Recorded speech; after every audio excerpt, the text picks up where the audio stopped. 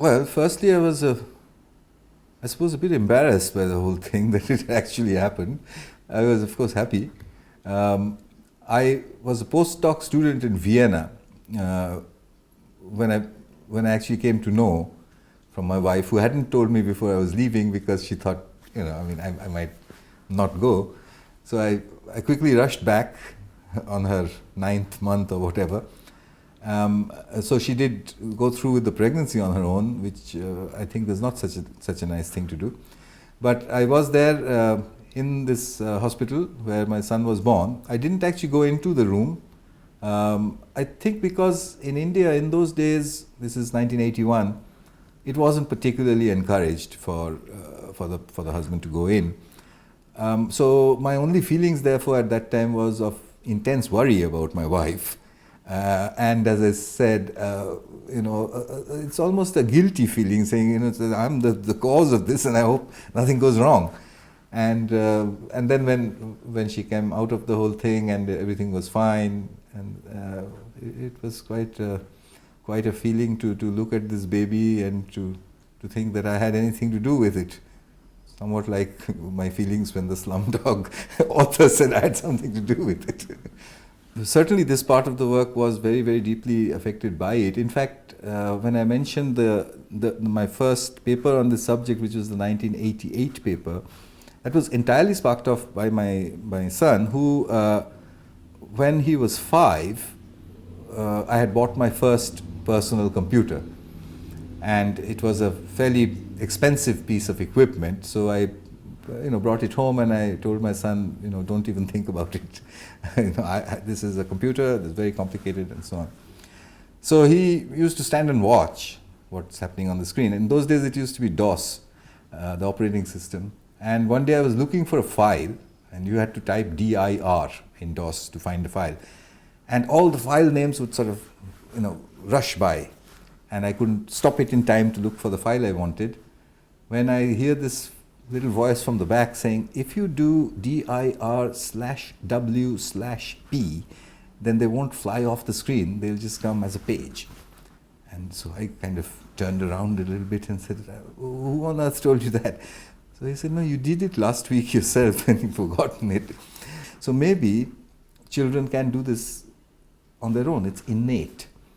And that's when the thought came that if that is so, then why would it be restricted to my child or an affluent child or a city child? Why can't it happen everywhere? When my son was a teenager, I was living in India. He was born in India and he was sort of brought up in India until the end of his schooling.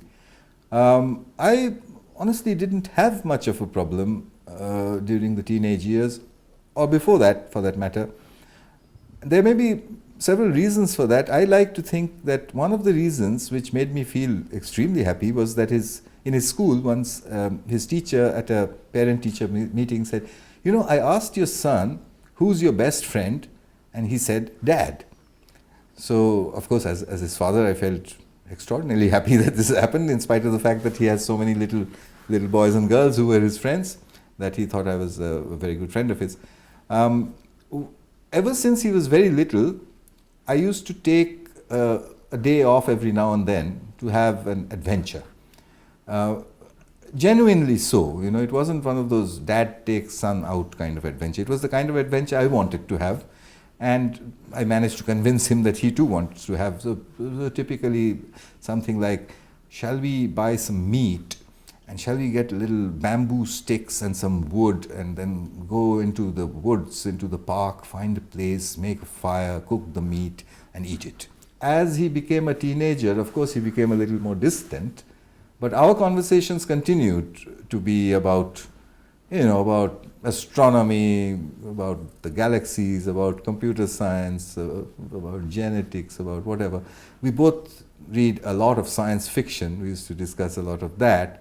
So they were certainly not academic discussions. They were wild fantasies, and it continues to date. So as a result, I never really felt his adolescence in that sense. My relationship with my own father actually was very different from my relationship with my son. Entirely different. It was one of awe.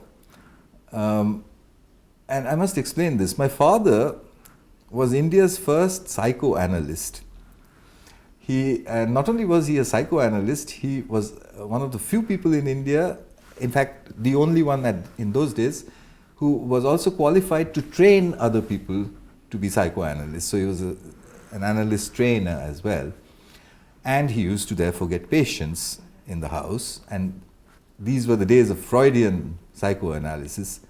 As a child, I lived through those days looking at him in some kind of awe, because I could clearly make out that there was something wrong with these people who come to see him, and that they, between the time they come in and between the time they go out, something happens to them.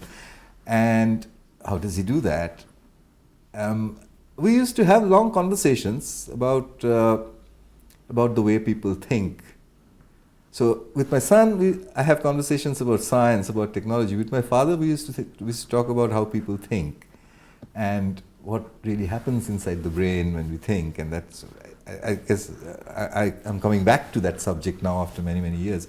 So yes, my relationship with my father was very different, and I also realize now that he did use many of the principles of Freudian psychoanalysis with me, which I think have helped me an enormous amount, although he obviously never, I mean, he didn't do it to me, but he used the principles of conditioned reflexes, etc., etc. I can sort of read that now when I look back at my childhood.